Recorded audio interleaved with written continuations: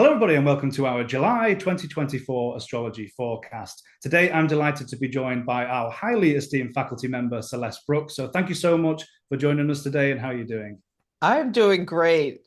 It's so wonderful to be here to talk about the July forecast. I'm very excited for this one today. And for everybody watching the beginning of this video, me and Celeste, we're going to be talking about the astrological weather for the first couple of weeks in July, more of the collective sense of what's going on. And further into the video, we're going to go into each rising sign. So if you'd like to find that in your timestamps, you can go straight to the rising sign. We would love for you to stay with us as we discuss the first couple of weeks in July. So Celeste, jumping into week one, what stands out for you? Yeah, so Neptune is going retrograde at 29 degrees of Pisces and 56 minutes from July 2nd through December 7th. And this is really notable because Neptune is the planet of higher consciousness. It's also illusions, delusions, and confusion. It rules leaks and it's at home in this water sign. And the 29th degree is a degree of crisis and decay. And we're seeing around the world like so much, it's like water, water, water everywhere. So I think just be mindful 5 days before and after this transit, you'll probably feel it the most intensely, especially if you have things around 29 degrees of the mutable signs, which include Gemini, Virgo, Sagittarius, and Pisces, where you may feel some like senses of emotional overwhelm. Or like if you're an artist, you may create some kind of masterpiece, and you may have some like just psychic hits during this time. Yeah, expect an expansion of higher consciousness, emotions, and be aware of like deception and things. So watch out for any internet scammers with this energy. And I love, Celeste, how you talk about the critical degree here at 29. I just watched a video the other day about all the flooding that's been going on. As you talked about water in the last week, all the flooding in different countries, the overindulgence of rain. And so that's a really important point about the 29 degrees. And as we know with any planet that's stationing to go direct or retrograde, it's that heavier energetic feel. Now, I think what we've got with Saturn retrograde too, Saturn, I think, is saying to us, revising our structures in life, or, that sense of discipline and rules. And Neptune retrograde, as you've just mentioned, we can, on the shadow side, go into the realms of delusion or unreality. So maybe the difficult here for the collective, of course, Neptune, an outer planet. I feel the difficulty is going to be here is, how do we adhere to the rules and structure in our lives? And do we want to try and escape with this Neptune and not trying to get it, flushed away with the water and get carried away, whether that's, overindulging or drinking too much or going out and partying, trying to stay grounded in reality. Because at 29 degrees, as you said, Celeste, it's not the easiest. Yes, really important for people who have any kind of escapist, like you're saying, tendencies, drugs, alcohol, shopping, playing video games endlessly, all of these kinds of things. Watch out because you can really, with this transit, be pulled into those realms and overdo it. Especially because Mercury, right after Neptune goes retrograde, Mercury and Cancer will trine Neptune retrograde again at this 29th degree. So pay attention to the weather. I feel like this could be like waterfalls of water Absolutely. with that. Absolutely. Yeah. Anything else that stands out in the first week of July Yeah. for you, Celeste? Yeah, well, I always, when a planet, I recommend, when a planet goes into a sign, see if something catches your eye, like what does this have to do with Mercury in Leo? So there's probably going to be some event that is related to the Neptune retrograde, and then Mercury goes into Leo, and it could be someone speaking dramatically. Leo is fixed fire. I feel like this is kind of like the Braveheart, that movie where speaking passionately about a belief system, Neptune, that you may see on the news or something. Leo rules royalty as well as performers, um, Yeah, there may be something of the nature. And Neptune can weaken. Like you could see an actor, Leo, talking about like a physical health issue, could be something that goes on. Or there is talk about people are going to be arrested. This may have already been happened about Matthew Perry, who was a famous actor Mm. from Friends, who passed away from a drug overdose. They're talking about arresting some of the people around that. So that may be a story at this time, or it may already have happened. I love how Also, you're yeah, bringing in the elements and modalities. So going from the cardinal water, we're an inward polarity here with Mercury for a time. And as you're saying, Celeste, we're going into this fixed fire. So yeah, of course, the opinions could be more stubborn and more fixed, but we're pushing out with the fire. So I love how you bring in the elements there. Also on that day as well, the faster moving planet, we've got the Venus trine Saturn. So this could be having fun, but maybe in a more structured way, even though we've got that Saturn retrograde as well. Mars sextile Saturn on the 5th. Now, this could be a good opportunity for structured action. If you've got plans or something that you want to take forward, the sextile to the Saturn, maybe working together to give an opportunity to move ahead, even though we've got some of these planets going retrograde. Any thoughts there, Celeste? yeah, as well as so the Venus trine Saturn, this can be working, Venus is in Cancer, working constructively. This to me as well is like could be artists creating some kind of masterpiece on Saturn, like a physical masterpiece with the Ooh, I love that. Pisces. Mm. hmm Yeah, it can also bring to your conscious attention whatever the inner planets and the outer planets are talking. It brings the themes of the outer planets to your whether it's an easy flow like a trine or a harder like a square, brings it to your attention. So boundaries and limitations are Saturnian things. Discipline and around Venus topics. So relationships, self-esteem, things like that. Maybe you may realize that you have to put some limits on someone you're in relationship with that are healthy boundaries when, because we also have the sun squaring the node. So the sun in Cancer, and Cancer is an emotional, intuitive water sign, squaring the south node in Libra, cardinal air. Do you just go along to get along? South node is a cosmic drain. Do you just people please to too much of an extent? Or sun square the north node in Aries, the cardinal fire. Do you assert your own needs and have the bravery and courage to stand up for yourself and put potentially some limitations on a relationship? And Mercury opposite Pluto, you may be feeling all this fear of Pluto and terror coming up within you about Mercury speaking your truth. But can you have the courage to do it despite that? Now, the person may not be happy, but sometimes we need to assert ourselves. Yeah, with the Mars sextile Saturn. What are you saying, Mars in Gemini? No, I'm sorry. Mars is in Taurus, sorry. Mars in Taurus, sextile Saturn, retrograde. Yeah, again, like taking the action to put limitations. And it may be about like you could quit Netflix or something with this. Like, hey, we need to stop spending all It's this too money on much. all these streaming services. Pick one or two. That I could be love so. it. I love it. Great advice. Great advice, particularly when you're talking about the sun, the bendings there, and as well as that Mercury. Even though it's, I mean, Mercury's a fast-moving planet, it's only going to go through the opposition quickly. But Mercury, Pluto, that's going to find the truth if truth needs to be found. Wonderful advice. Thank you, Celeste. On to week two. Oh, Any? don't forget the new Oh, moon. oh, I'm sorry, I missed the moon. Let's go back. Thoughts on the Yeah. new moon? So the new moon's in Cancer at 14 degrees of Cancer. So new moons are times to set intentions about what you want to bring forth related to the sign. Cancer rules home, family, foundations.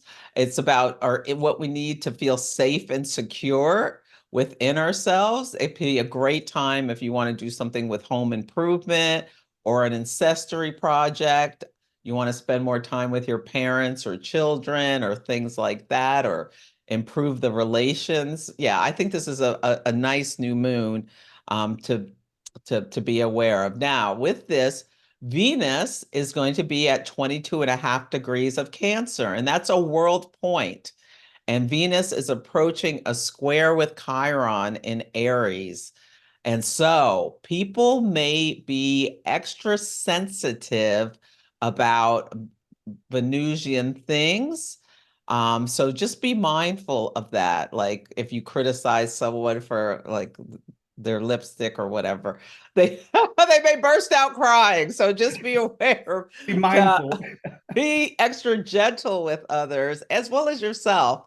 But there's going to be something in the collective about this Venus square Chiron because it's on a world point. Venus also rules allies. So notice tension among allies in whatever, everything. I think about like countries and things like that. Wonderful, What wonderful comes advice, up. particularly for the new moon and any seeds that you want to plant and put forth. Absolutely fantastic advice. On to week two. What stands out for you, Celeste? Yes, this Venus in Cancer is sextile Uranus at in Taurus at 26 degrees of Taurus. Now, 26 degrees of Taurus is important because there's a fixed star Algol at that degree, and it's a feared fixed star. Now, cultures throughout ancient civilizations gave it some negative connotations, and Uranus has been sitting here for a while now. It's called the beheading star. It's associated with the Medusa mythology, also about a woman who was punished. Yeah. But also Perseus used her head as a weapon as well as, so it's also protective energy. Mm. It's also associated with the Lilith archetype about a woman who will not be tamed. She was Adam's first wife who was ejected or left the Garden of Eden because she would not be subservient. The Chinese called it the piles of corpses star. Now, dealing with difficult things like this pilgrimage to Mecca this year because of the intense heat. Over 1,000 people died um, during this. So we're seeing these stories about a lot of this, like from climate change Mm. stuff happening. So, but Venus sextile Uranus can be, you may see in the collective in your own life, like women not being subservient or speaking up for their rights. To me, this brings up themes of what's the big thing in the United States um, about the restrictions on women's fertility with abortion laws and things like that. Something could come up with this.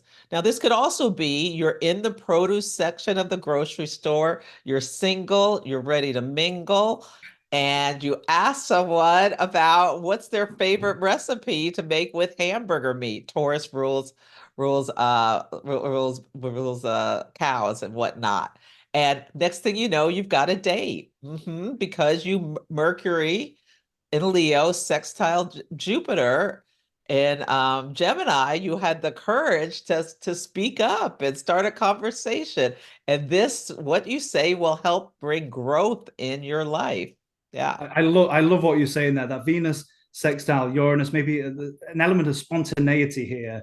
If you just meet someone, or if you're free and single and going out, as you pointed out, the Mercury sextile Jupiter. I feel like the overview for the week two. If I was going to pick a week or advise anyone if they were going to take a vacation in July, week two is going to be my week. It's the Venus sextile Uranus, the Mercury Jupiter. We've got the Venus trine Neptune in water signs. So that me for July 11th, if I can book a day out to go to the beach or go to the lake, bring in that water element and just relaxing. This is going to be my week of vacation if I can get it.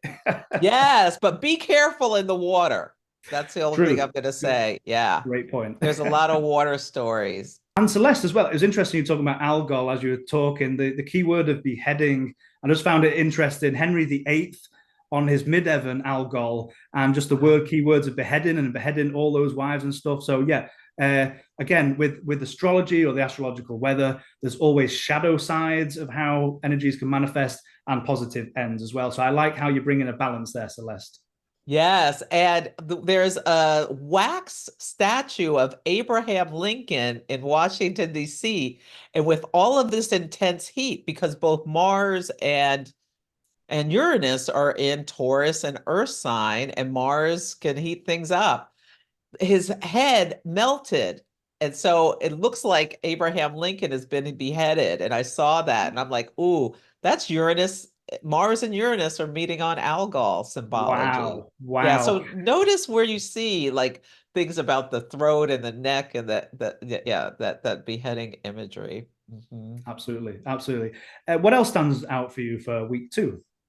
Um, I love Venus trine Neptune. This can just send you on like this could be just beautiful energy because Neptune is a higher octave of Venus. Now, again, this is happening at the 29th anaretic degree.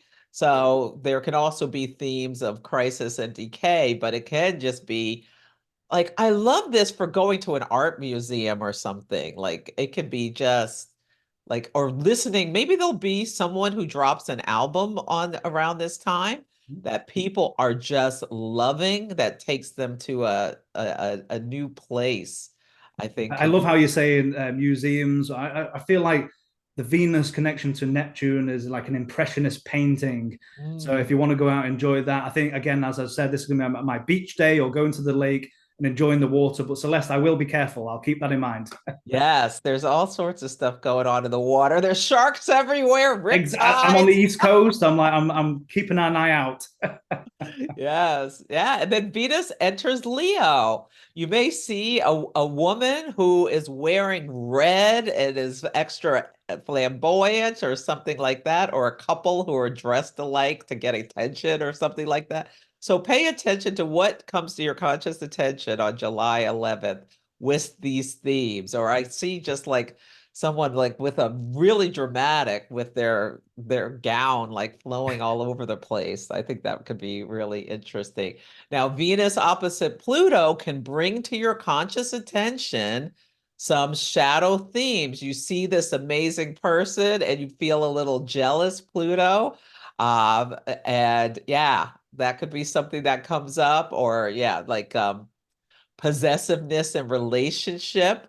There can be themes with Pluto. There's often like three people involved. And there was this meme that went around years ago where it was this man and woman walking down the street holding hands. And then the man turns around and is looking at a woman who's walking in the other direction.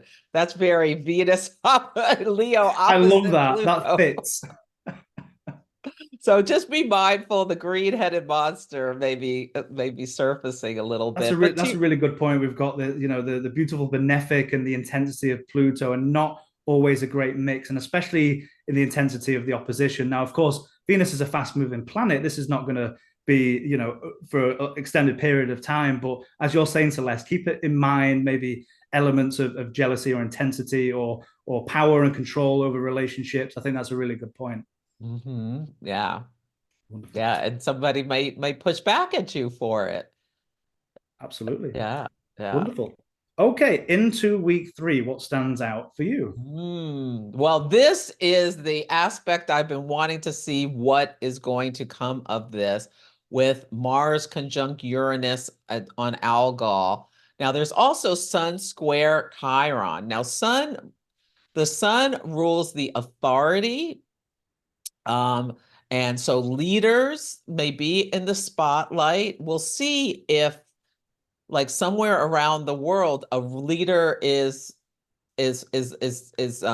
eliminated from their role as the leader of a country, as a corporation. I'm thinking about Boeing is that CEO that Boeing is nonstop in the news about stuff. Yeah, and Uranus rules aviation.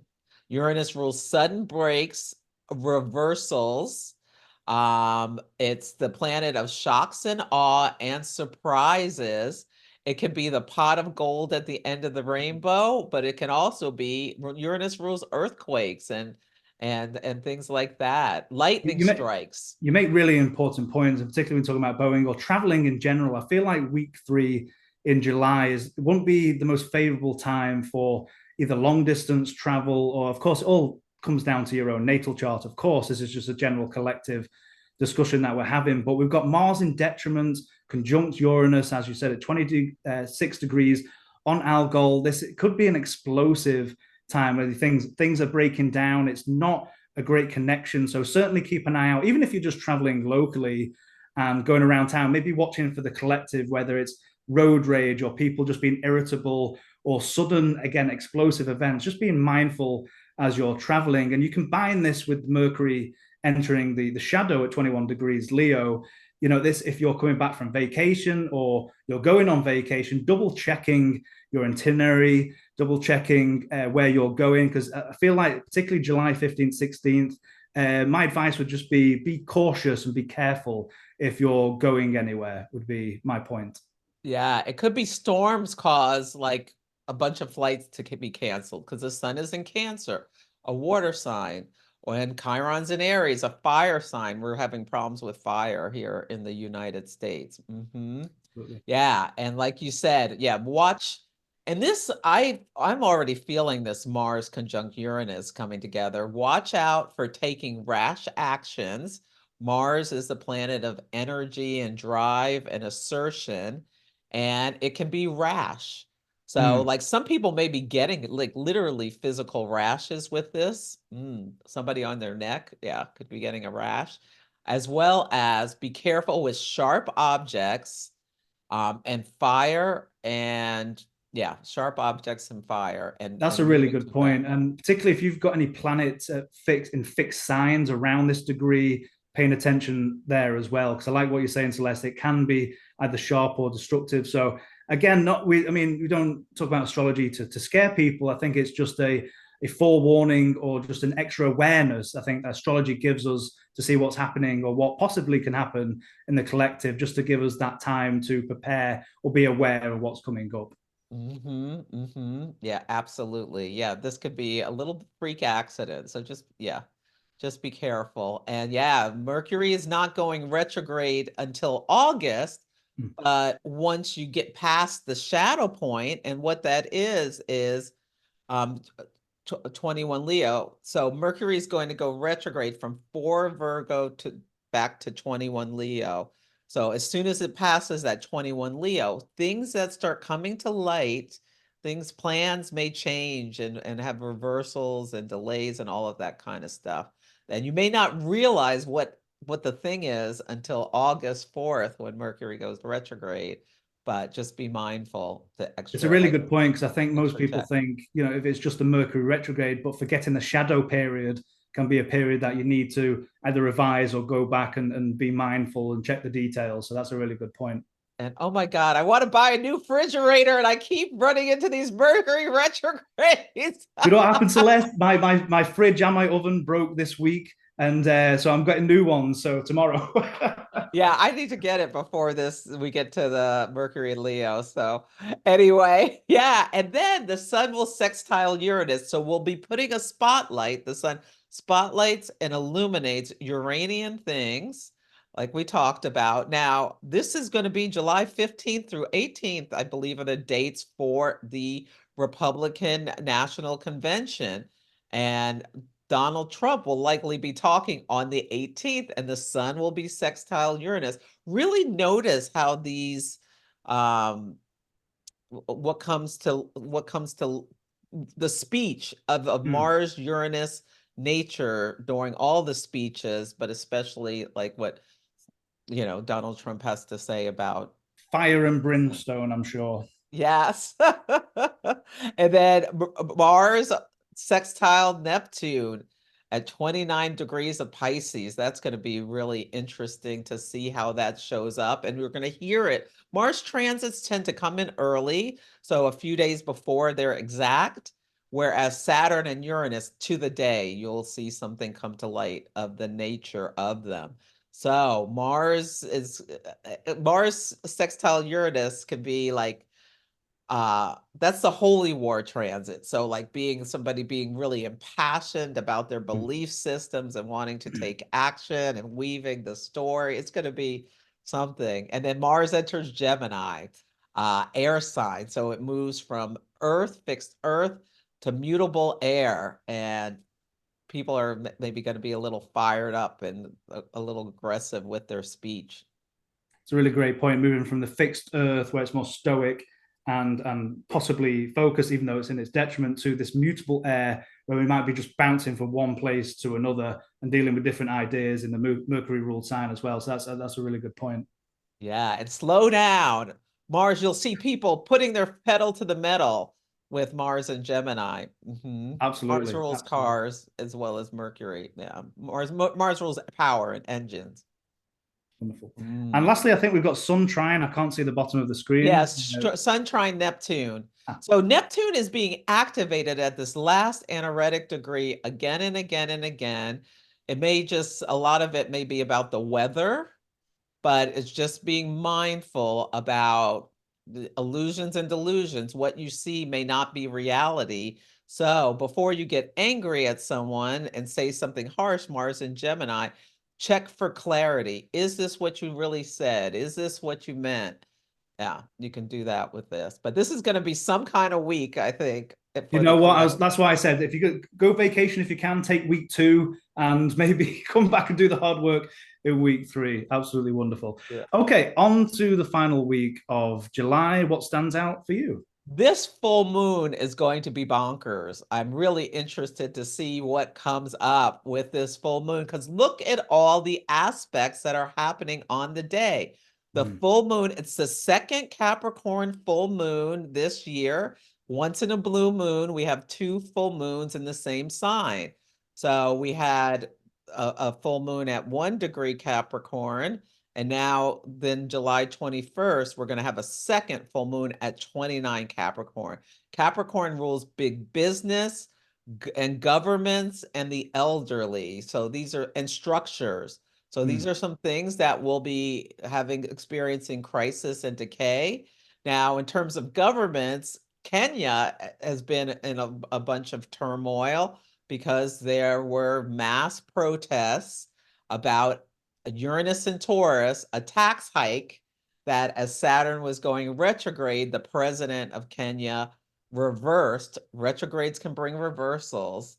So I wonder if this will be more about Kenya, or it could be anywhere in the world. Really notice themes around crisis of decay and themes with this full moon. And Venus sextile Jupiter. This is like legal things. There's been talk about Jupiter rules legal affairs.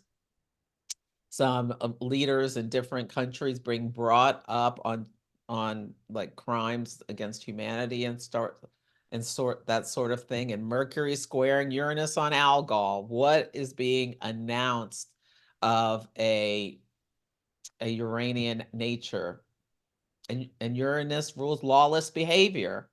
Yeah, and information coming out of the blue. And I like what you're saying, particularly that moon traditionally not in a great spot, detriment in Capricorn. And again, we're at the 29 degrees, we're at the critical degree. So maybe that more restant, more emotional upheaval of the collective. So what you're saying, I think, really resonates. Now, it can also be like some people just having with Venus sextile Jupiter, a great time at a party. Sun trine Neptune, watch out for overindulging. Yeah. I was thinking the same thing. Yeah, Venus, the 2 benefics together and having a great time. Just, just maybe don't overdo it, like you say. Yeah. Yeah, just watch out for that. Yeah. Take an Uber or a Lyft or whatever if you're going out. Do not drive if you're indulging. Absolutely. Absolutely. And then Leo season starts. The sun moves into its home sign where it can do what it does well and with ease. You can unleash your inner child, have some fun. Like, yeah, let your light shine bright. Be proud of your accomplishments. These are some of the things I'm getting with the sun in Leo. Wonderful. Because we're having that shift from the cardinal water, where maybe it's a bit more clannish, the inward polarity, maybe closer to home collectively. And then we're bold and we're bright and we're going out to fixed fire. The sun, as you said, going into its domicile. We're going to have Venus around there. Mercury's going to be in there as well. So, close to a stellium of fixed fire, time to go out, express yourself, have fun this week if you can. I mean, we've got some issues with some of the connections here, but this might be on some of the days a good time to have a good party. Yeah, and Yeah, so I love this. Now, something I'm thinking about with Mars trine Pluto retrograde, there's been all this volcanic activity since late last year. So this could be this full moon, or we could be focused with the sun moving into Leo on some volcanic activity. That'll be That interesting could to be keep an eye out. something. Because the sun is opposite Pluto at 0 degrees. 0 degrees is a critical degree. So it's the sun in Leo opposite Pluto retrograde in Aquarius. So the collective may be focused on like what is the sun in Leo that we're looking at of a Plutonian nature. It could be secrets unrevealed about some kind of leader. Mm. Or yeah, and Pluto can bring things to an end. Yeah, and it has a mass influence. So we'll see what happens with that. So this Absolutely. Leo season does have a like this Plutonian, there's this undercurrent. Mm. So the thing I love about Pluto, what it will do is it will bring to our conscious attention things about the shadows we'd rather disown about ourselves. Like maybe you're in a meeting and you feel like, oh, you get this great idea, and oh, you got to want to raise your hand and say it, but you let your fears and insecurities hold you back. And so you sit there quietly, and then you may like you may have a talk with yourself about, and you may get really critical of yourself when Mercury enters Virgo. Mercury's at home in Virgo, and it brings order to chaos, and it wants things to be organized, but it can also nitpick apart. So don't you always have an opportunity to do things differently at another time. But I want you to be thinking about this. The sun's in Leo. Take a risk, like make your point. That's absolutely wonderful advice. And with there, we've got the Mercury going into Virgo. We've got the Sun sextile Mars, so opportunities again with sextiles to take action and to go with your full vitality and identity with that as well. And Celeste, what are your thoughts on the Chiron station, which will be on July Chiron 26th? stationing retrograde. Yes. This is a time to just you may just be a little sensitive. With Chiron in Aries, it's the sign of this the self. And so like some of our core wounds that never heal, Chiron's the wounded healer that never heal, can like be stimulated and come to our conscious attention with this. So just notice you might be a little extra sensitive. Be careful with fire and sharp objects.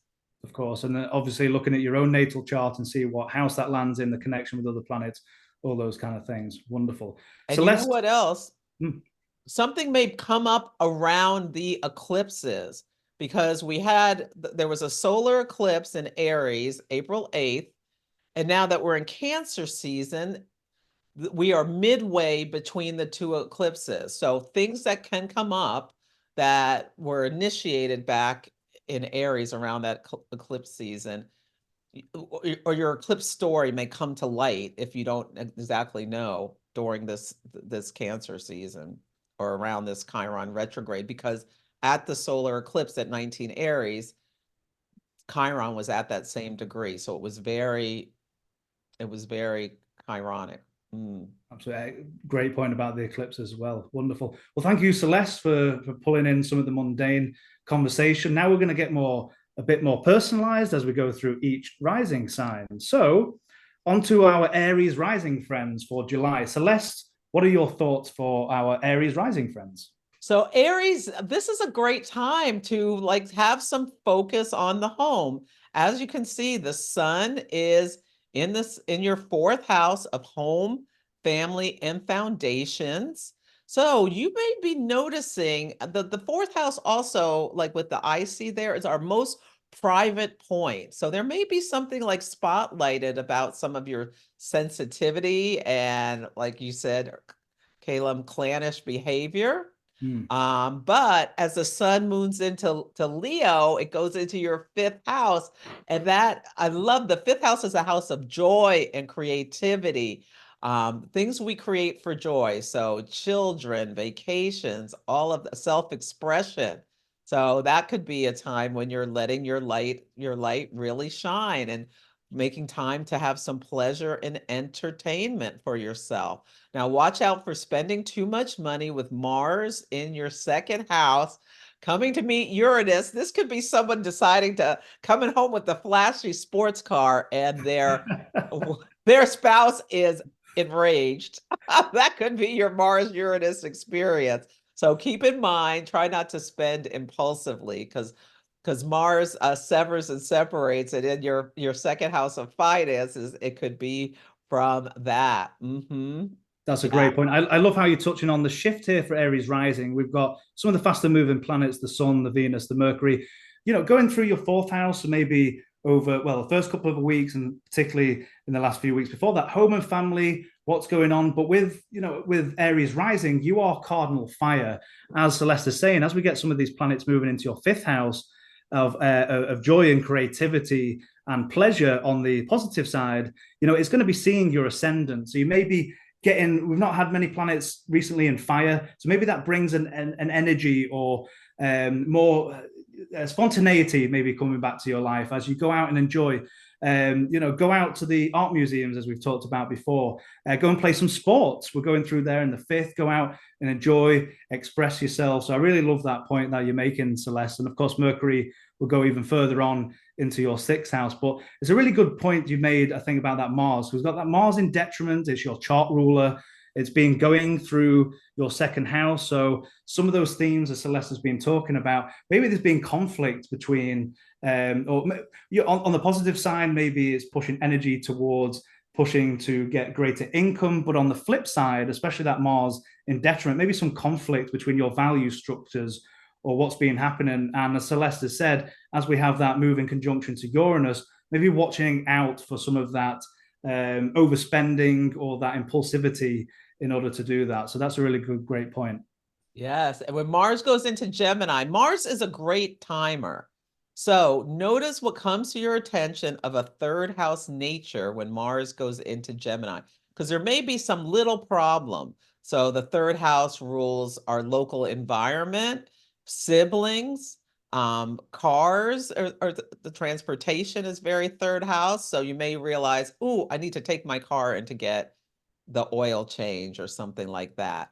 Or, my sister's mad at me because I didn't come to her birthday dinner or whatever, you like it may be a little thing about when Mars goes into Gemini. It's a great, and it's if you use like a Placidus or another quadrant-based system, also notice what happens when Mars goes into gets close to the degree, because you may have a little hiccup then too. That's a really good point, because obviously the charts we've got here are whole sign as we're looking through. But as Celeste is saying, if you're using a quadrant house system, Placidus, Regiomontanus, whatever you're using, looking at as you're saying, the cusp of the house degrees and paying attention, see if anything comes up during that time. And of course, that Jupiter is going to be there for the best part of the year, going through the third house. So as Celeste is saying, all those themes of maybe it's a lot of expansion into running around your local community or local area, spending time with siblings. But as that Mars comes in through to the third, maybe there might be some conflict with some of the siblings. Or on the flip side, maybe that mutable energy, you're just bouncing from one place to another in your local environment, and maybe communicating a lot. If your position or your role is that you sit in an office and you put together a lot of emails, maybe that'll ramp up as both Jupiter and Mars are in there as well. So as Celeste is saying, watching out for those themes and what's going out in that third house that's going on. Yeah, and Jupiter and Gemini, I'm feeling like that's so great for a short distance travel, like exploring in your local environment rather than like with with all these planes falling apart. I bet a lot of people have said, let's just drive to our destination. I'm not getting on a plane. I'm a nervous flyer anyway. That just hit the nail in the coffin for me. I was like, no. I think that's part of Jupiter and Gemini. We had the Jupiter-Uranus conjunction, bringing to our conscious attention all of this aviation problems. And people are like, I'm just getting in my car. Thank you. Absolutely. Absolutely.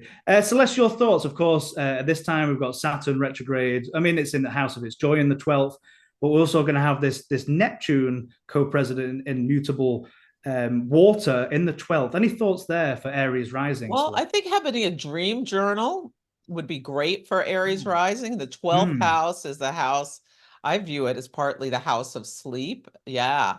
But don't let your fears get out of control. Like Neptune can be making that, like subconscious things can get like, just watch out for letting illusions and delusions, especially when Neptune goes retrograde. You may wake up with some like dream that was like, oh my goodness. Mm. I think that's wonderful advice. A dream journal, and even if you're drawing pictures of the dreams that you had and what's coming through the subconscious. I mean, 12th house, where it's a house we can't see, it's not visible. But yeah, dream journal. I love that. I think that's great advice for Aries rising. Wonderful. Okay, on to our Taurus rising friend Celeste. Yeah, so the sun is spotlighting your third house. And whenever the sun goes through your third house, this could be a time where you're extra busy. And with Venus there, like it could be doing pleasurable activities, like enjoying your errands, whistling while you work. A great time to network, do some things with your siblings, take some short trips. And then the sun, when it moves into Leo, you may find yourself more focused on your family and home life and things like that. Maybe you want to have plan a party to have at your house. Yeah. Mm. I think that would be great advice, especially as Venus jumps into there, goes transits through your fourth house, fixed fire. The benefic, throw a party at home. Maybe you've got people close to you, close family members, enjoyment. I think that's really great advice. Yeah. Yeah. And Mars going through your first house. You may be inspired to take action to improve your health or your appearance. Be extra careful about sharp stuff. I'm a Taurus sun. When Mars was on my Saturn, I cut my finger Wow. in a little accident. So just be extra mindful about that. You may be very excited about something with that your Mars Uranus conjunction happening in your first house. So you may get like some Uranus can bring like just divine downloads, and sudden, and Mars can get excited about it. So you can think about that. But then when Mars goes into Gemini, pay attention to, ooh, maybe watch out for like some big purchase. Mars can burn through your finances. Or And maybe you particularly with decide you need a Jupiter, new car. Just especially with Jupiter there as well, expanding that thing. So on the positive side, it could be greater access to resources or income, but it also can be a sign of overspending. I think one of my favorite charts is Mozart, and I think he has Jupiter natally in his second, and he was terrible with money. So there's always a flip side of overdoing things, particularly with Jupiter in there for the best part of a year. And as you're saying, Celeste, that Mars coming through as well. So being mindful as that. And going back to your point, Celeste, about that Mars transiting through the first house, being mindful, especially if you're going through this later degrees, if you've got a later degree Taurus rising, maybe that Mars has already hit your ascendant over the past few days or weeks. But again, being extra cautious. We've got the ascendant, it's the body. So on the flip side or the shadow side, just being extra cautious about where you're going or being out on the roads, anything to do with the physical body, just keep in mind, as you said, Celeste, maybe sharp objects or just being aware. One transit you should never be scared of. You have to look at your natal chart and see the overall picture. But sometimes we've got a malefic coming over here. It's not in great shape and it's detriment. So just being extra cautious. Of course, you Taurus rising people have had that Uranus for a long time coming through your first house. So maybe you've made some radical changes in your appearance or things have happened maybe health-wise with the body. But again, these two together, especially when they come into the conjunction, for me, just being a bit extra careful in all of those keywords for the first house, particularly the body and the self.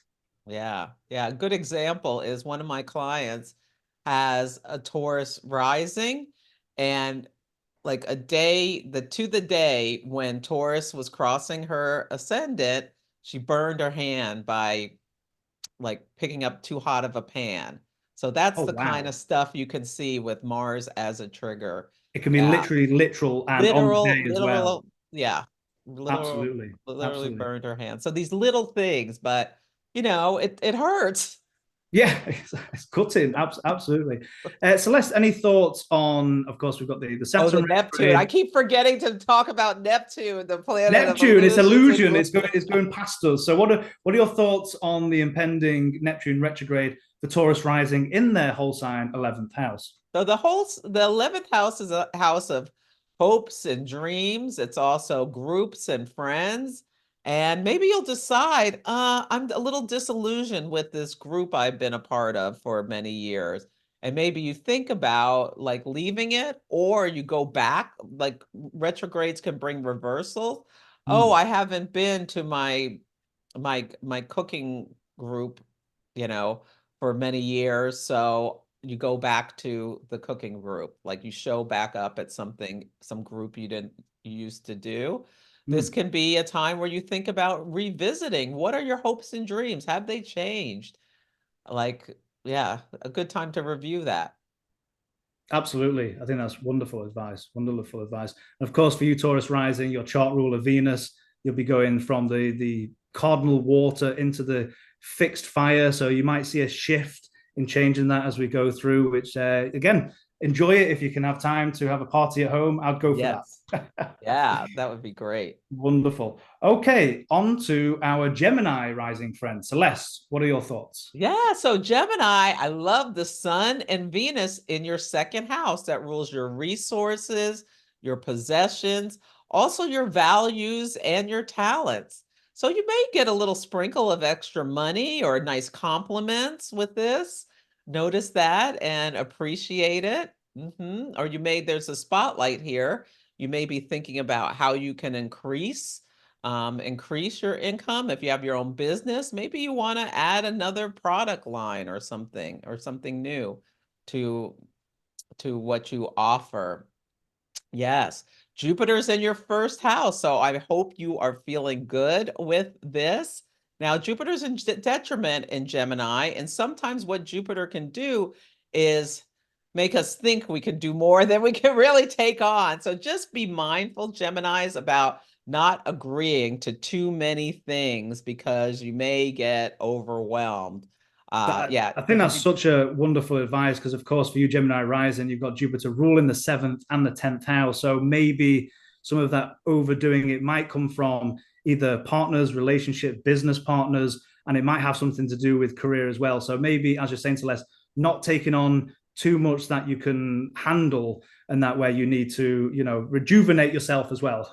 Exactly, because Jupiter and Saturn are moving into a square formation, and Saturn's in your 10th house. So that can be a time where you're achieving things after working hard at your work, but Jupiter, it's too much. And then mid-August, when they square, you can be like, oh my God, I'm just so burned out and I'm exhausted.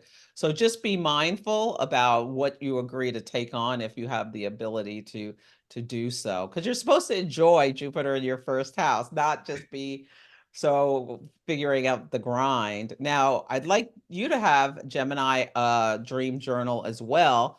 A Mm. Mars going through your 12th house and coming to Uranus, you may have um, some divine downloads in your Mm. dreams. Notice if you have a little bit of a scary dream during this time, or it could be a sexy dream. Mars rules sex as well. And Taurus, sensual pleasure. So notice that. Yeah. Well, and this is also the 12th house is a house of hidden enemies, and Taurus rules resources. So be careful. Like, never give someone your phone. There's some scam people do where they ask to borrow your phone and then they Venmo themselves, empty your bank account. Watch out for stuff like that. Yeah, That's a with really great advice, especially on the shadow side of, again, Mars not in great shape, transiting Mhm. the 12th. If anyone, whether, I mean, we've already highlighted, we could have some work things going on. Anyone working against you behind the scenes or starting rumors or trying to play against you, keeping an eye out for that. You can actually tell us in the comments if any of that's been happening. Mars has been going through there for a little bit of time right now. But yeah, as we've said before at the beginning of the video, shadow sides and there can be positive sides as well. So keeping an eye out and being aware. That's a great point. And actually, to build on what you're saying, Celeste, Of course, we've got the sun, the faster moving planets, the sun, the Venus, and the Mercury going to be coming into your third house of fixed fire. So if we're relating maybe some work elements that are coming up, we're going into the house of communication here. So you might find yourself busier with putting emails together or communicating. It could be as simple as more activity in your local environment and short distance trips. All those kind of things I think is going to be highlighted as a lot of those planets shift into the third house. And notice when Mars goes into Gemini, do you feel more energetic when it comes into your first house? Like we said, be mindful of little issues or problems, especially when it crosses your rising. So keep That's a that in great point, mind. Celeste. And particularly if you have early degrees of Gemini rising, paying attention to that Mars as well. Of course, there's always positive and shadow side. So just keeping an eye out. We've got the ascendant. If your early degrees is the body. So, paying attention, just being aware of your surroundings and what's going on. Celeste, your thoughts on, sometimes we keep forgetting the Neptune. The Neptune, we're going to have station in retrograde. And any thoughts for Geminis in their whole sign 10th house? Yeah, Neptune, it's so funny. Neptune can be, this is great for working on creative projects, I think. Especially when Venus is trine Neptune. That would be a great time to collaborate with a colleague on something that needs your creativity. Yeah. Ooh, I like that. I like that, especially the two water connections there and that creativity. Absolutely wonderful. Fantastic. Okay, on to our Cancer rising friends. Now, Celeste, you are Cancer rising, so you can speak to this. Tell us what's coming up for you guys. Well, the sun is in your first house as well as Venus. So you may be shinier. You may find you're a little bit more popular. Why do people keep calling me? Yeah, the sun is lighting up your identity and your essence. This is a good time to think about your vitality. Do you want to make any changes to your appearance or things like that? Yeah, you can think about that. And then when the sun moves into Leo and all of these planets, Sun, Venus, and Mercury, when they move into Leo, it's going to light up your second house of resources and talents and whatnot. So you can now be bringing and drawing things to yourself, especially if you have like your own business or in sales or something that helps like give yourself a little boost to your income when all this stuff goes into the second house. I love that, especially with the Venus, if depending what degree of Cancer rising you are, as it hovers around that degree. I just think of spa day. Venus coming across your ascendant, go and pamper yourself, go and have a spa day. If it's been a bit rough at work, or we've got a preponderance of planets here for Cancer rising above the horizon. And this is a lot of public work, a lot of maybe events that have been going on with Mars going through the 11th. So, if you get a day to yourself, go and pamper yourself. You go and relax by the water. I think this would be a great time to do that. And of course, as we've got the faster moving planets, the sun, the Venus, and the Mercury going into your second house, as Celeste is saying, we're highlighting here the area of values, possessions, income. As Venus goes through there might be an extra bump of income that might come through, or that's on the positive side of that transit. Yeah, and Mars and Uranus meeting in your 11th house.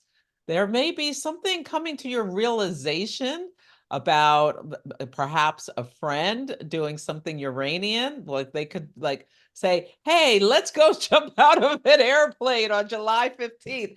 And you can say, no, thank you. Or maybe you want to say yes. I don't know. Just double check. How many Cancer risings like to jump out of planes? I don't know. Not this one.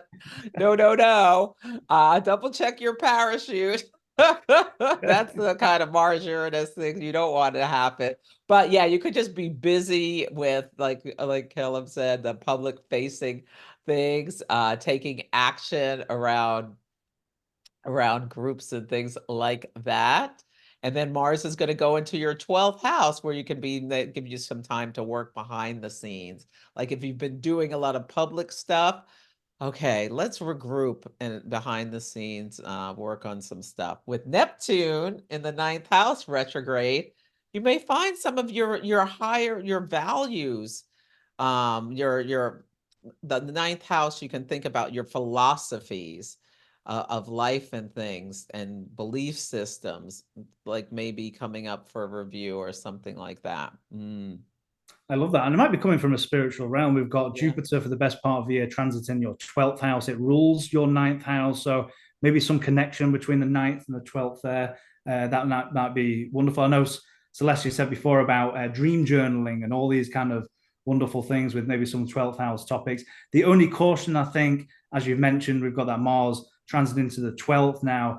Again, it can be positive. It can have shadow sides. The shadow sides might be, as Celeste is saying, working behind the scenes, just making sure no one's working against you in your public life or something that might be going on that you're not aware of, because in our 12th house, it's a place that we can't see. So just being mindful of all those dynamics that might come into play. Yeah, and it's also the house of self-sabotage, the 12th house. So notice when Mars goes into Gemini, like, is there something you're doing that causes yourself a problem? Absolutely. Like Absolutely. running your mouth. I'm going to be extra careful about what I post on Exactly. Just figured because on I can get going with my threads sometimes. I love it. I love it. Fantastic. Okay, on to our Leo rising friends. Celeste, what are your thoughts for our Leo rising friends? So, Leo, when it's Cancer season, the sun is in your 12th house, and this is a time for extra rest, extra sleep. Venus there. Yeah, really giving yourself some downtime before the sun goes into your first house, spotlighting yourself. So whatever you can do to lighten your schedule a bit, and there's a new moon that's going to happen in your 12th house.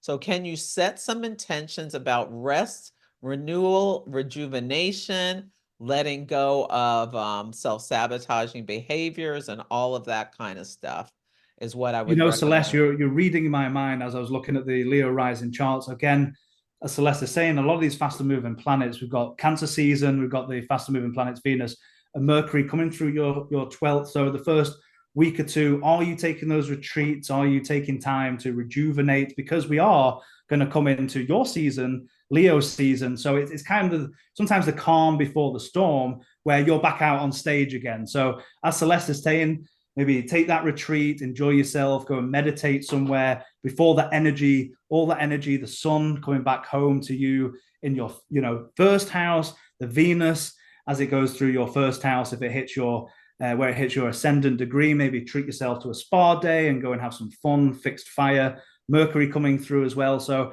it's going to be an active period as we get deeper into July. So I would say take advantage of this rest now before it starts to heat up in the kitchen. Yes, and you may notice like, oh, a boost to your vitality right when the sun goes into Leo. Like you feel more energetic.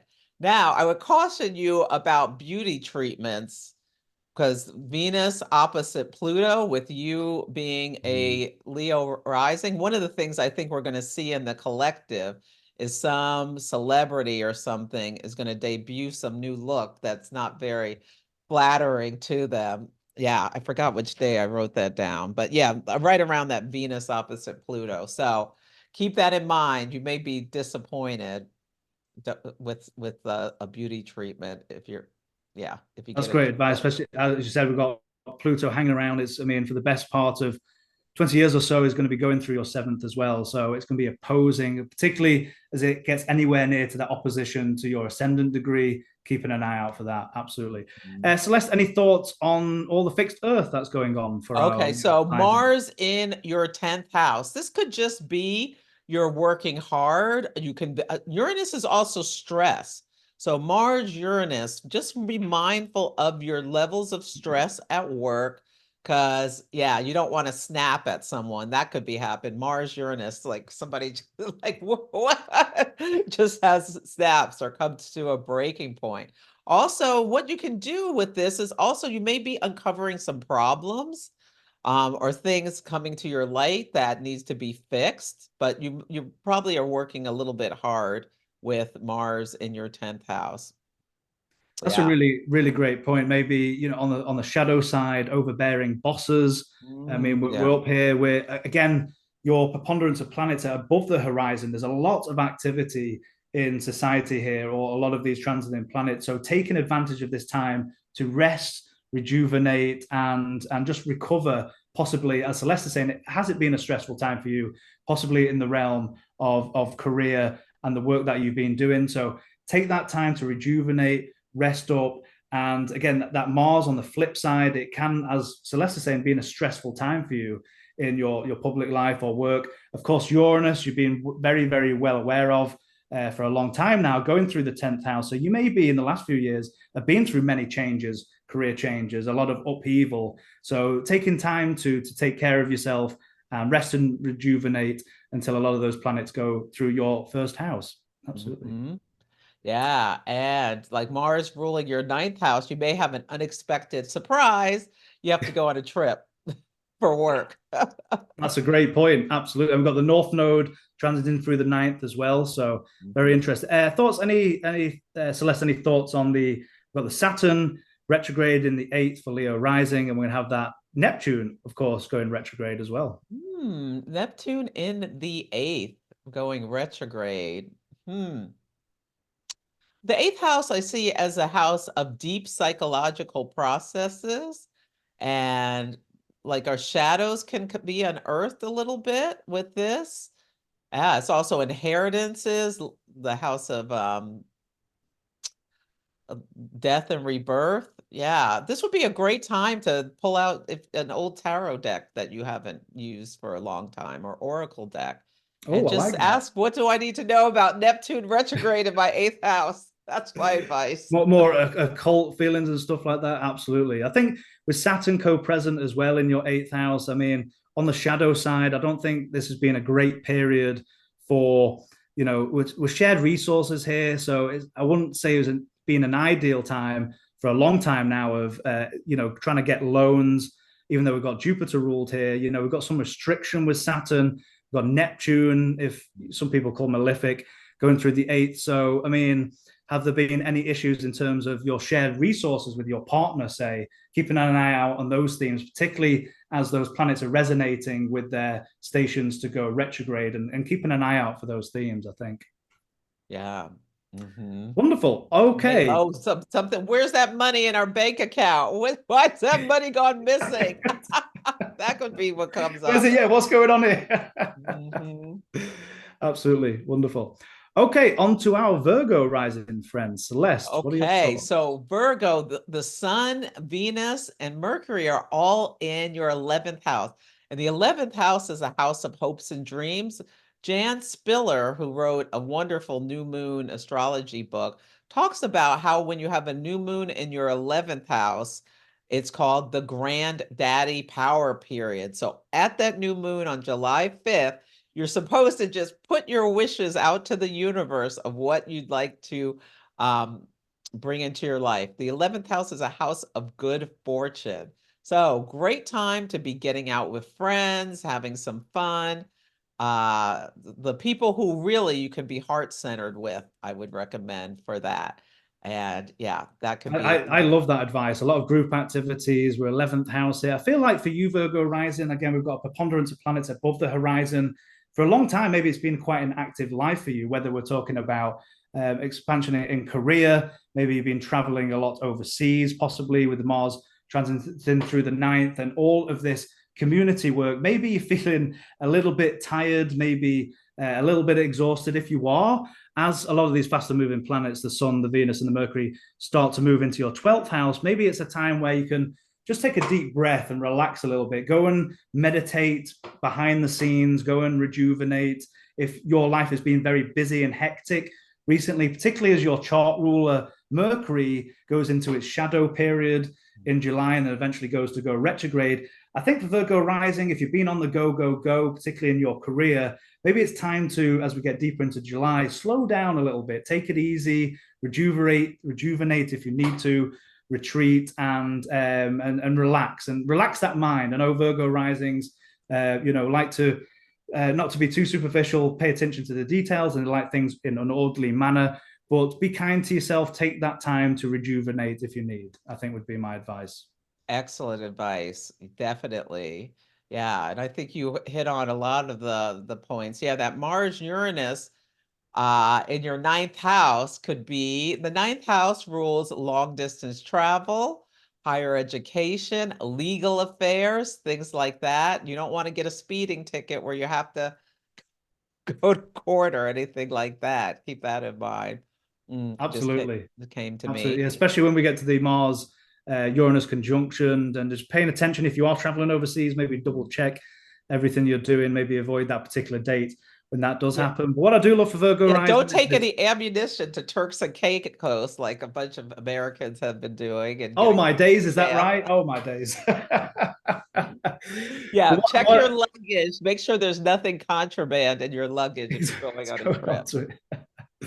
But we do have the greater benefic. Jupiter is going to spend the best part of a year transiting through your 10th house. So on the positive end, it could be recognition or the expansion or expanding your career opportunities. All of these key words with the benefic going through the 10th. Possibly, can it be overdoing this area of life? Possibly on the shadow side with Jupiter in its detriment. But keeping an eye out for all those themes. Celeste, any thoughts on the Saturn retrograde going through the Virgo rising seventh whole sign and the Neptune that's going to come and go retrograde as well? Well, so this can be if you're in a partnership with someone with Jupiter in your 10th house, are you working so much that Saturn in your seventh house, it's putting a strain on your relationship? So just be mindful of that, especially as we move towards the square in August. So make sure that you take enough time out for your partner because there could be a sense of disillusionment with Neptune going retrograde or disappointment that comes up. Yeah. And the seventh house is the house of the partner. So they could be a little disappointed with you because you're spending so much time focusing on your career. So just keep that in mind. Um, it's something to be aware of. Or you can like think about what you are committing to with your partner in order for expansion of yourselves together. Yeah, that's something that can also come up. That's a great point. And I know we're talking about an outer planet here, but Neptune, retrograde in the seventh.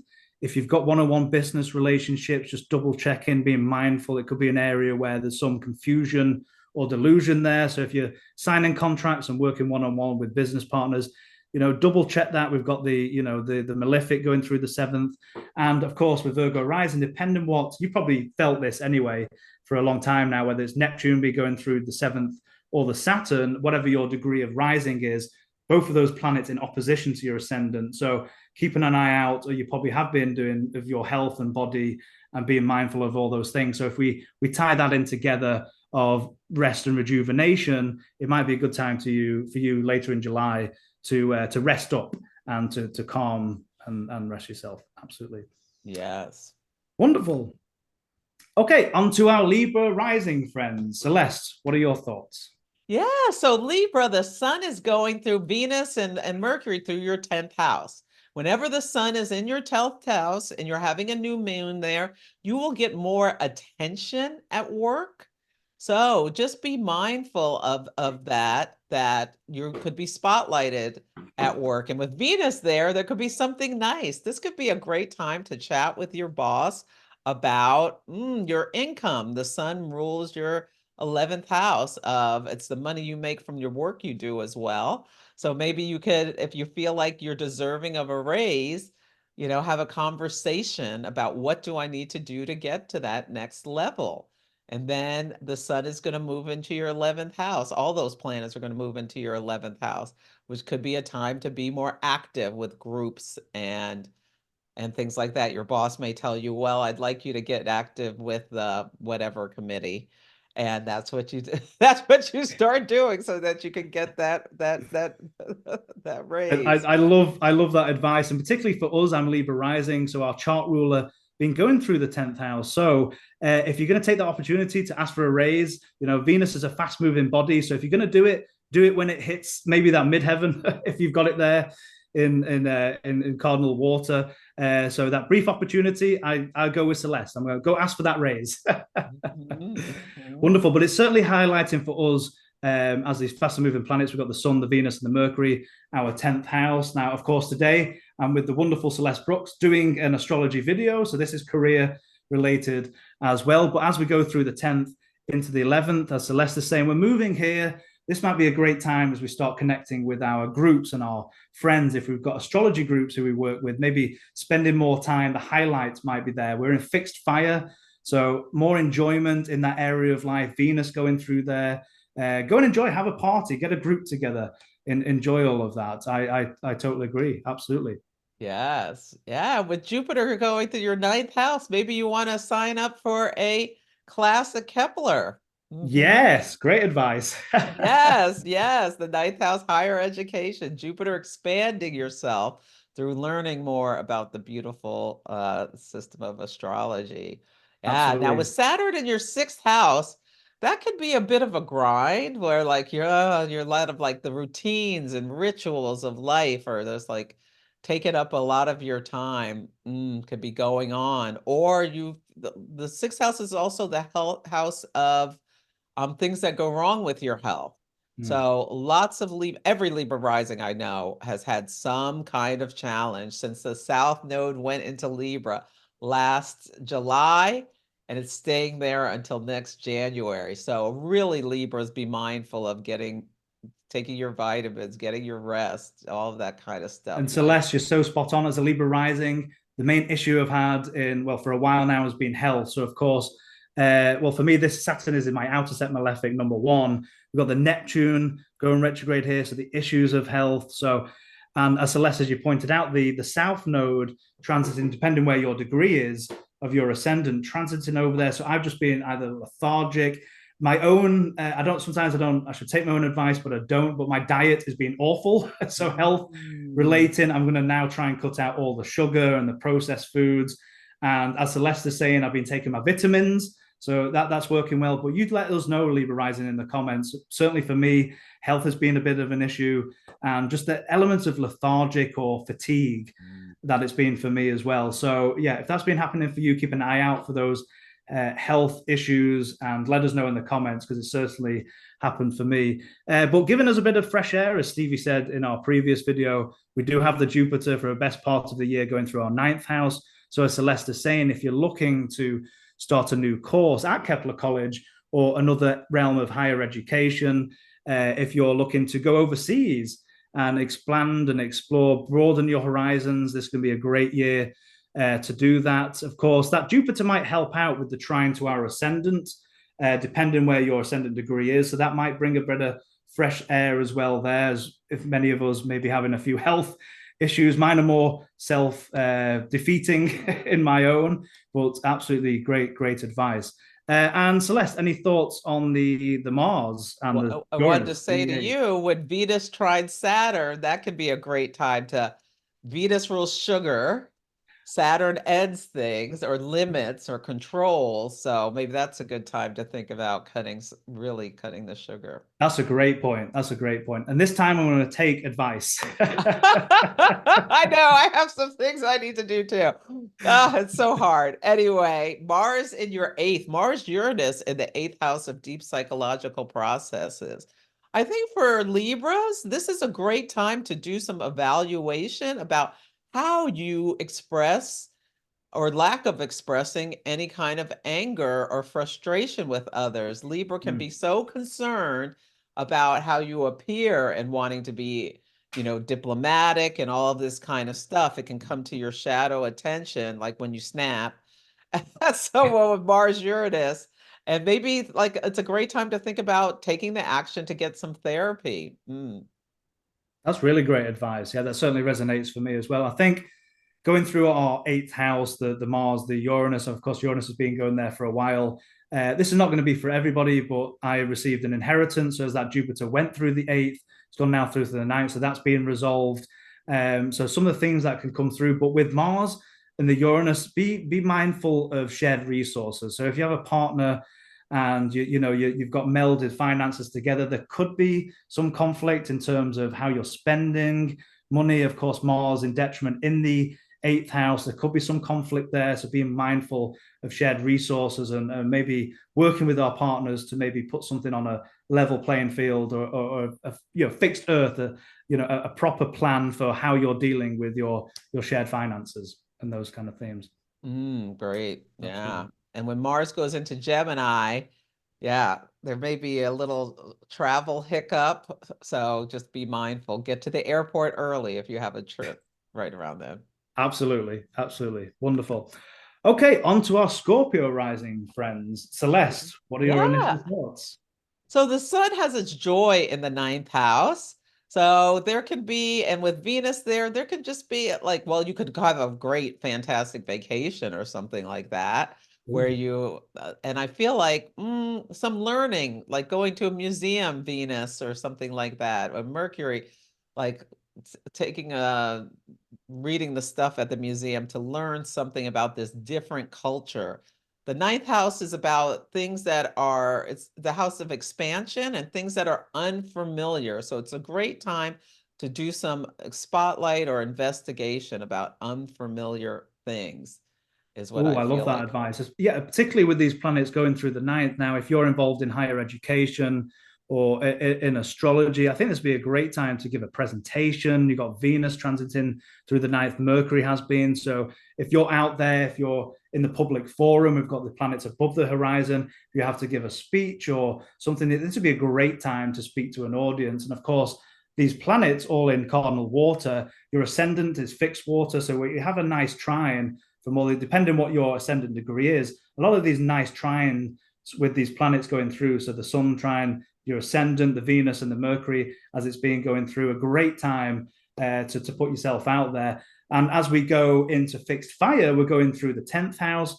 Particularly Venus might be nice, as maybe it goes through across your midheaven. If it's around there in fixed fire, maybe a great time to, as Celeste was saying before, maybe to get a raise and to take that opportunity and all those highlights of career and public standing. Any thoughts there, Celeste? With the sun and maybe it's an opportunity to step up or speak to your boss about how can you be more visible in your work environment. Because with Leo at your midheaven there, you're meant to be visible at work, even though the Scorpio can maybe want you to be secretive or stay behind the scenes. Just something to contemplate.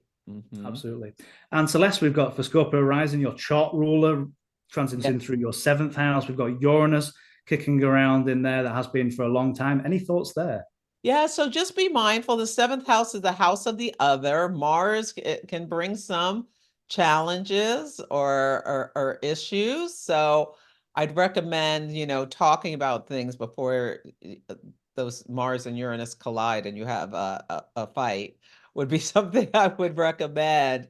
Yeah, or getting like I feel like with Mars and Taurus, hey, let's go out and go on a hike in the yeah, get ourselves out, get our feet in the grass, as I feel like can be an action, Mars, that you take to bring some excitement into your relationship with Uranus there.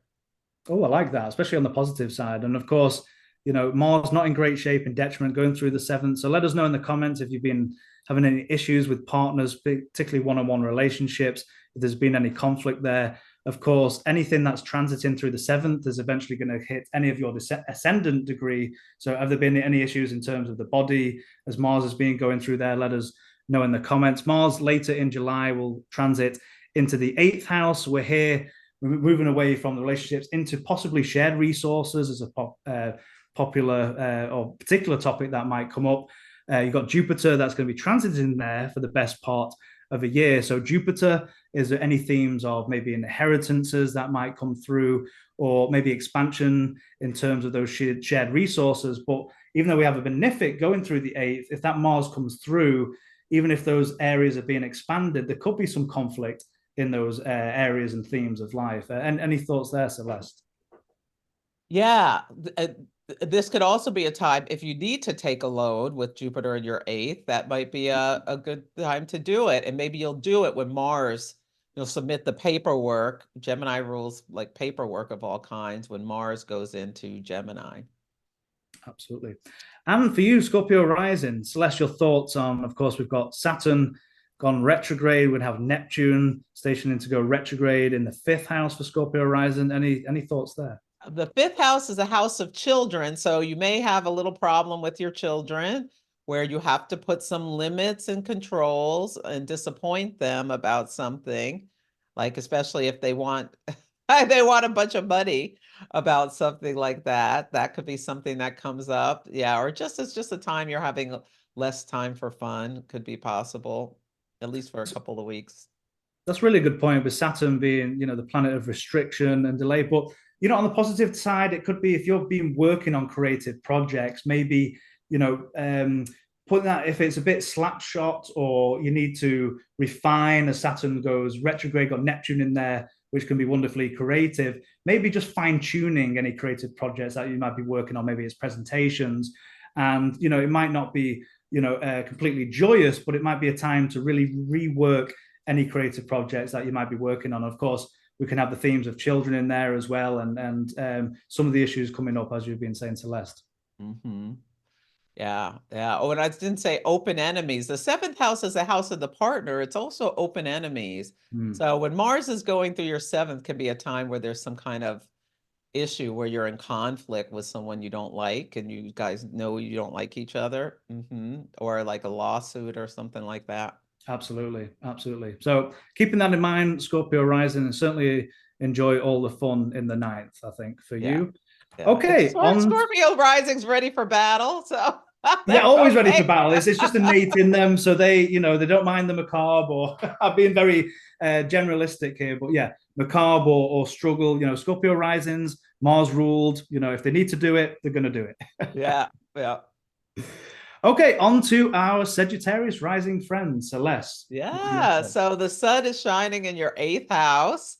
Yeah, with Venus there and whatnot, that could be like a good time to recognize some shadows around how you relate to other people. Are you too non-committal, or yeah, thinking about your relationship with freedom versus commitment.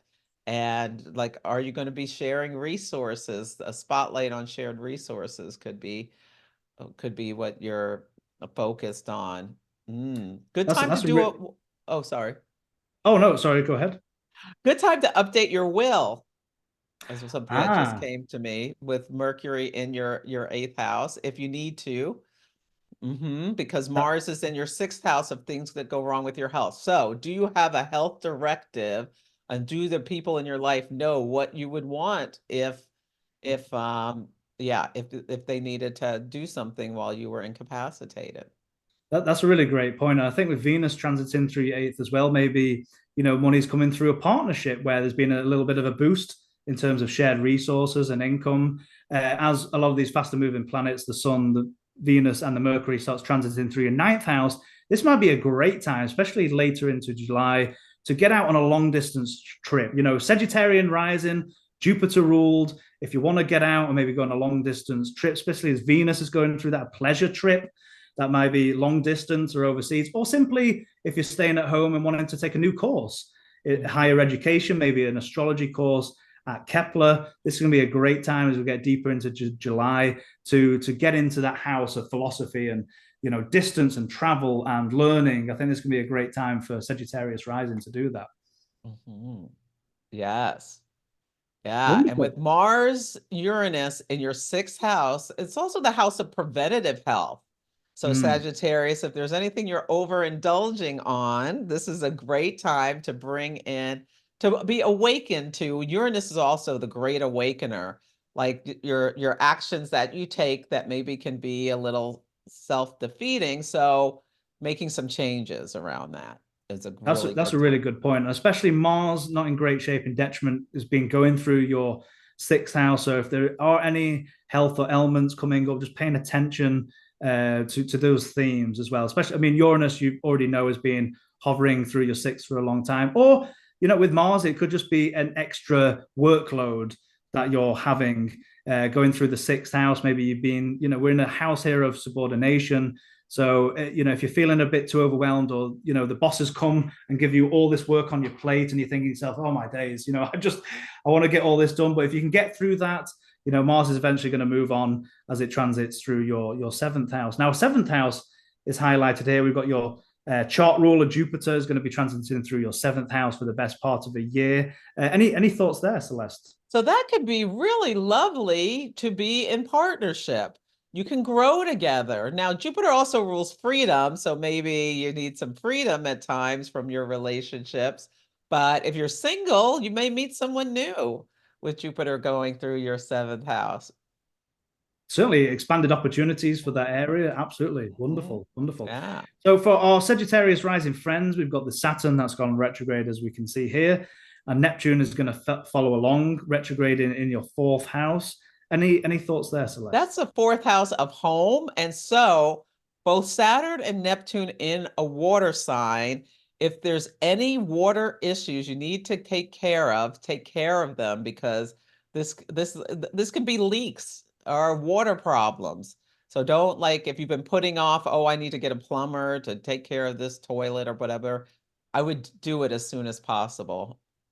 That's really great advice. And of course, we've got the greater malefic that's been going now for a time through your fourth house. So if there's been any, difficulties or, home related issues with family members, whatever that might be, of course, Jupiter rules your fourth house as well. So could it be, partnerships within the home or the house, as Saturn starts to slow down and or has done and starting to go retrograde, maybe some of the themes come up again, as maybe you have to rework and restructure maybe your home life in a particular way. So keeping an eye out for that. And of course, Neptune has been going across there for a long time as well.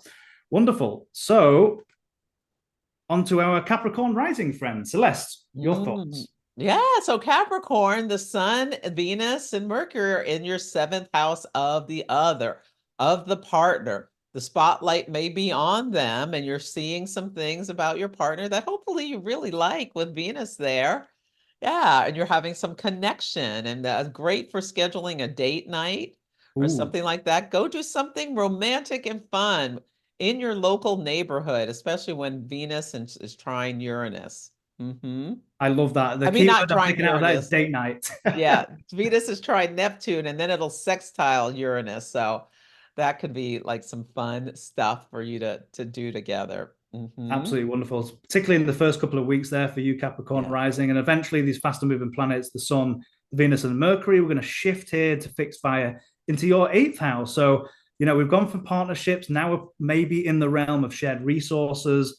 As Venus transits through the eighth, it could be possibly the partner gets a bump in pay or a little bit of extra income. I mean, there's always a possibility. It could be a theme there. Or, it might be a great place to get a small loan if there's something that you wanted to do or fix at the home. Could be a good time to ask for that or go to the bank. All these different themes. Absolutely. Celeste, your thoughts on the Mars Uranus for Capricorn rising? We're going through the fifth house here.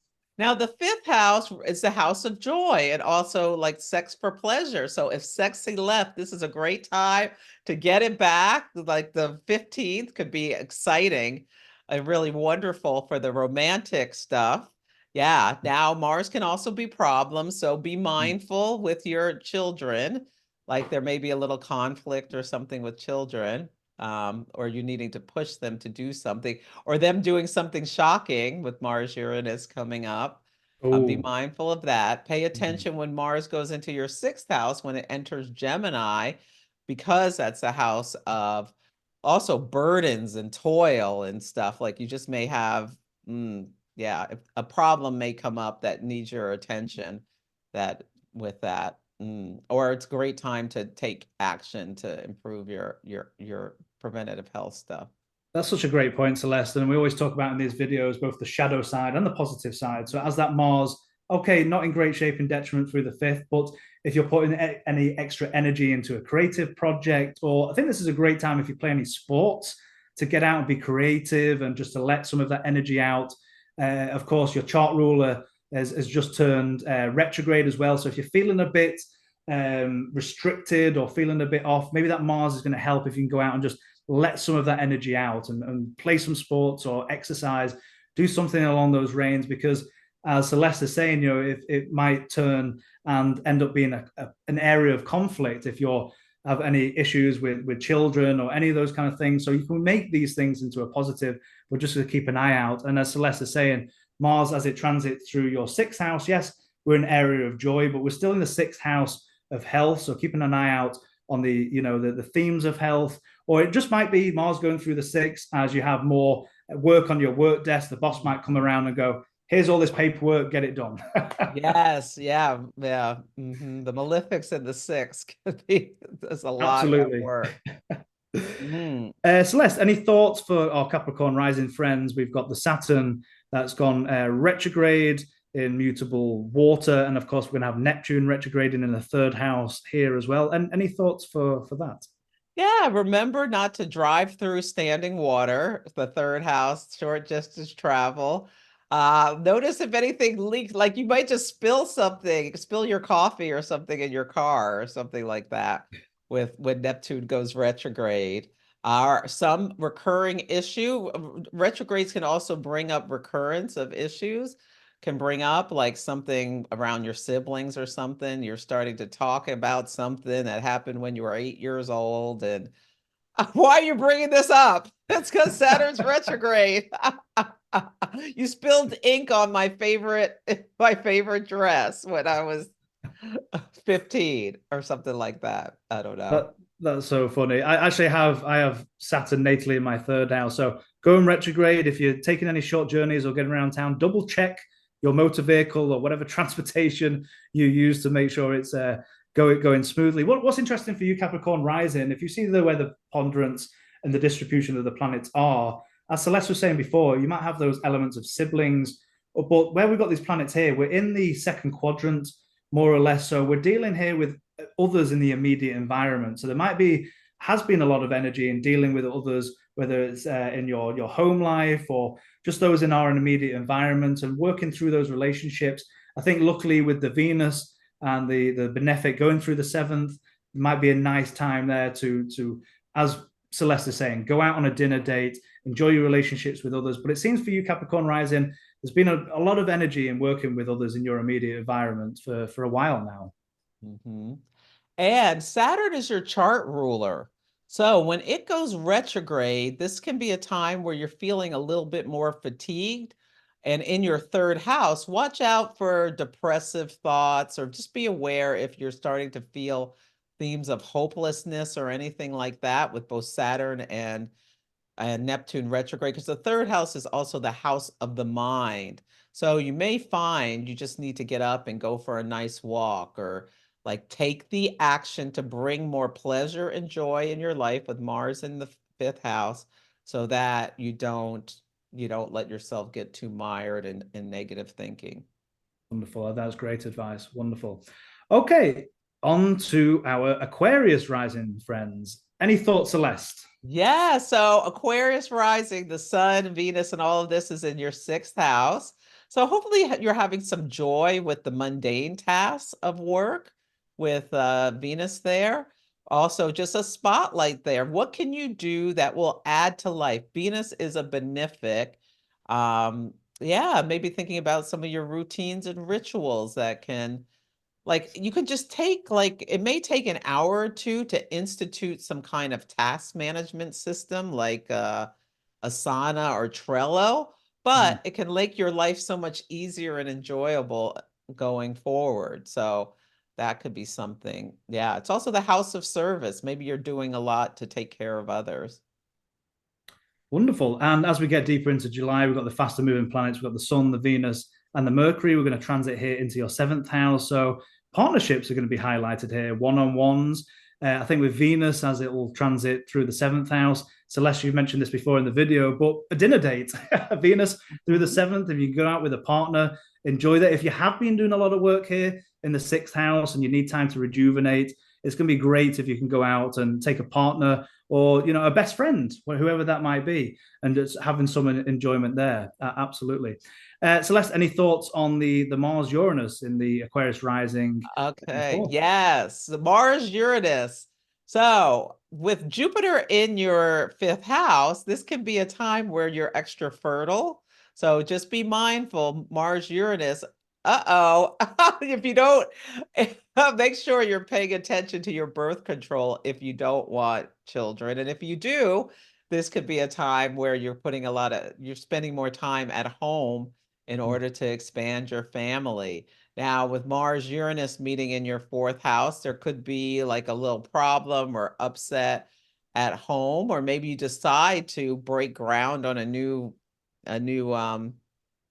addition or whatever, do something. It's a really great point, because Uranus for you, Aquarian Rising, you've known that energy for a while now, going through your fourth house. So there might have been for a long time now disruptions in the home life, all those kind of themes. But Celeste, I love what you're saying about this Jupiter in the fifth house, expanding. If you've got any creative projects in mind, go hell for leather. We've got Jupiter spending best part of a year going through that fifth house.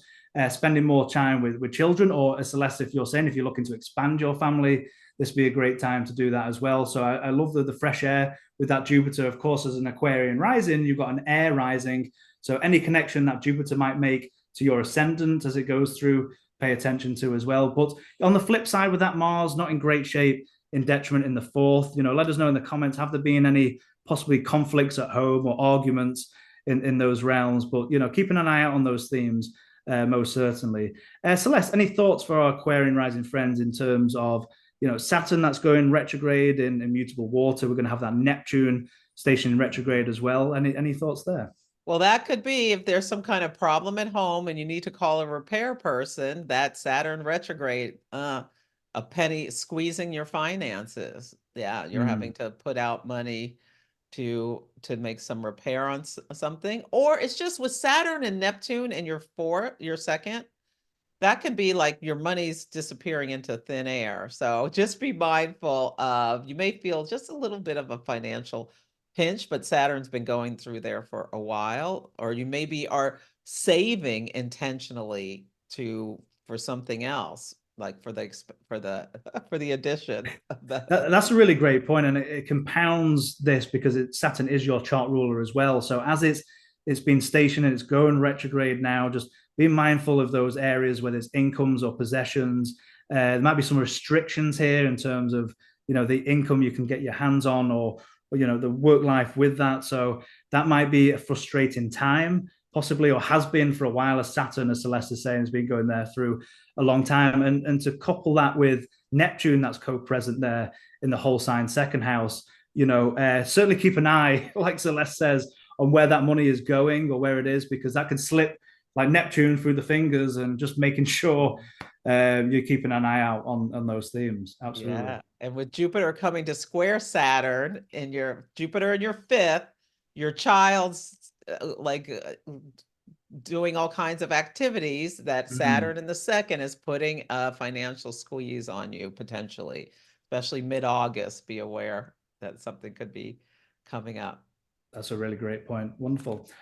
Okay, and last but not least, on to our Pisces rising friend. So Celeste, your thoughts? Yeah, so all of this energy, the Sun, Venus, and Mercury in the fifth house is beautiful. The house of joy, recreation, things we do for pleasure, also self-expression. A great time to write a poem to someone, a Pisces. Yeah, I love that. Yeah. Oh, I love that. Write a poem, all that creative energy. I love it. Yeah, yeah. And then it's going to move it to your sixth. And so that can be a time where they're spotlighting and focusing on your routines and rituals and preventative health. Yeah. Absolutely. As we shift from the cardinal water in your fifth house as we go into the sixth, we've got Venus transiting through the sixth. So you might enjoy some of the work that you do, as Celeste, you were saying before, as Venus goes through the sixth house. So you're going to have a bit of a shift there as we go through the water that you're used to. Of course, your rising sign, your mutable water. You're going to have a shift here of these faster moving planets, the Sun, Venus, and the Mercury moving through into your sixth. So some things might be highlighted. It could be health. It could be simply something as your routines, maybe having a look and changing those routines up to what works best for you in your life.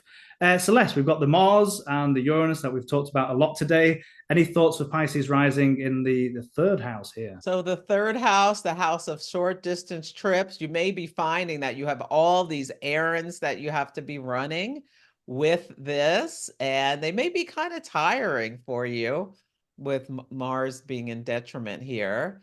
Be mindful, and then maybe not you, but one of your siblings may have some issue or tell you have a sudden surprise around July 15th with the Mars Uranus coming together at that time. Be mindful if your car, the warning light goes on, take it in to get taken Check it care of. out. Unexpected problems on the road could You be, go on. Absolutely. or just Absolutely. like, oh my God, gas is what now? When you go to the, like, it could be a shock. You go to the the gas station, and how did it get so expensive? That could be Mars, Uranus, and Taurus. Wonderful. And of course, we've got your chart ruler, Jupiter, is going to spend the best part of a year going through your fourth house. So this might be a nice time, depending on other factors. If you wanted to expand your house, maybe build an extension. If you're just expanding your family, it could be all these Jupiterian themes going through your fourth house. Could be joyful for a time for the best part of a year as that goes through. Yeah, and with Venus in your fifth, yeah, this could also for you be good for family expansion. And that would make sense with Saturn retrograde in your first. Like if you get pregnant, it slows you down and you're feeling a little, you're maybe needing to be more secluded and what have you.